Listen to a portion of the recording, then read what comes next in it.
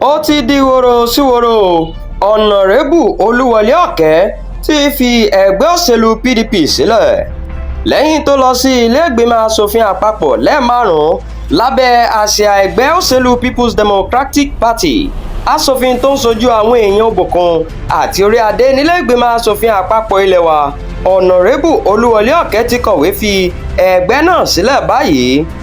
Asòfin yìí sọ pé lẹ́yìn tí òun jíròrò pẹ̀lú àwọn ojúgbà òun nínú òṣèlú pẹ̀lú ọ̀rẹ́ àti àwọn mọ̀lẹ́bí lòun gbé ìgbésẹ̀ náà. Nínú lẹ́tà ìfi ẹgbẹ́ sílẹ̀ tó kọ sí alága ẹgbẹ́ PDP ní wọ́ọ̀dù keje tí ó ti ń dìbò níjọba ìbílẹ̀ òbòkun lọ́jọ́ 16 oṣù kẹrin ọdún yìí ni Wọlé Ọkẹ ti sọ pé òun ti kúrò nínú ẹgbẹ́ náà lẹ́yìn òsọkà. Nígbà tí àwọn oníròyìn ń bá sọ̀rọ̀, asòfin yìí ní òun ti kúrò nínú ẹgbẹ́ lóòótọ́ nítorí nǹkan kò lọ bó ṣe yẹ kó lọ nínú ẹgbẹ́ òṣèlú PDP lọ́sùn. Tẹ́ ò bá gbàgbé, láti oṣù díẹ̀ sẹ́yìn ni kò ti sí ìbáṣepọ̀ tó dánmọ́rán mọ́ láàrin Wọlé Ọkẹ àti Gomina Adeleke tí ọkùnrin náà sì fojoojúmọ́ pé àkíyèsí àwọn aráàlú sí wàhálà yìí kó tó fi ìwé sílẹ̀ báyìí. Bó tilẹ̀ jẹ́ pé kò tí ì sọ inú ẹgbẹ́ òṣèlú tó ń lọ, àhesọ tí ń lọ káàkiri pé ó ṣeéṣe kí Wọlé Ọkẹ darapọ̀ mọ́ ẹgbẹ́ òṣèlú APC láìpẹ́. Ilé ń dahoro lọ o. Gómìnà ìpínlẹ̀ Delta náà tún ju ọnburẹla sílẹ̀ ló bá ní kó fún un ní ìgbálẹ̀. Gómìnà ìpínlẹ̀ Delta Right Honourable Sheriff Oborevori ti kúrò nínú ẹgbẹ́ òṣèlú People's Democratic Party báyìí ló bá ta kọ́sọ́ sínú ẹgbẹ́ òṣèlú All Progressives Congress APC. Kì í ṣe Sheriff nìkan ló lọ, bó ṣe lọ ló mú ogunlọ́gọ̀ àwọn ọmọ ẹgbẹ́ òṣèlú PDP nípìnlẹ̀ náà lọ́wọ́ lọ.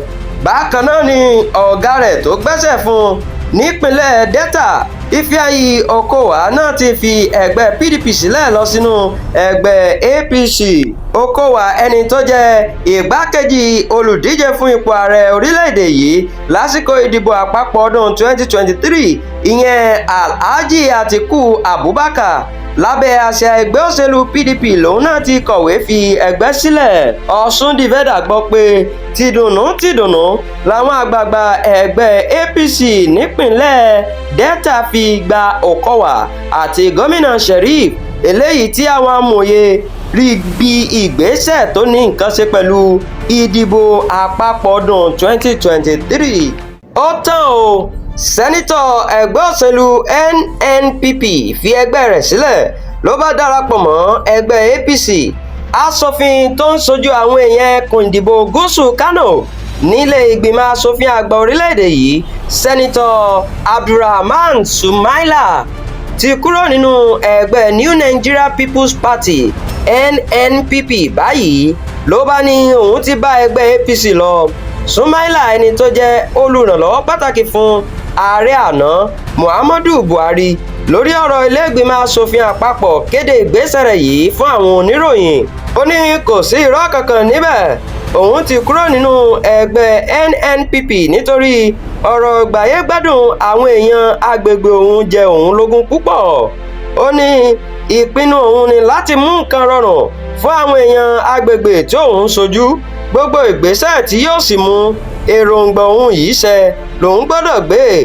Tẹ́ ò bá gbàgbé, Sẹ́nitọ̀ Sumaila wà lára àwọn asòfin 4 tí ẹgbẹ́ NNPP nípínlẹ̀ Kano pàṣẹ pé kí wọ́n lọ rọ́kúnlé láìpẹ́ yìí lórí ẹ̀sùn ṣíṣe àgàbàgebè ẹgbẹ́.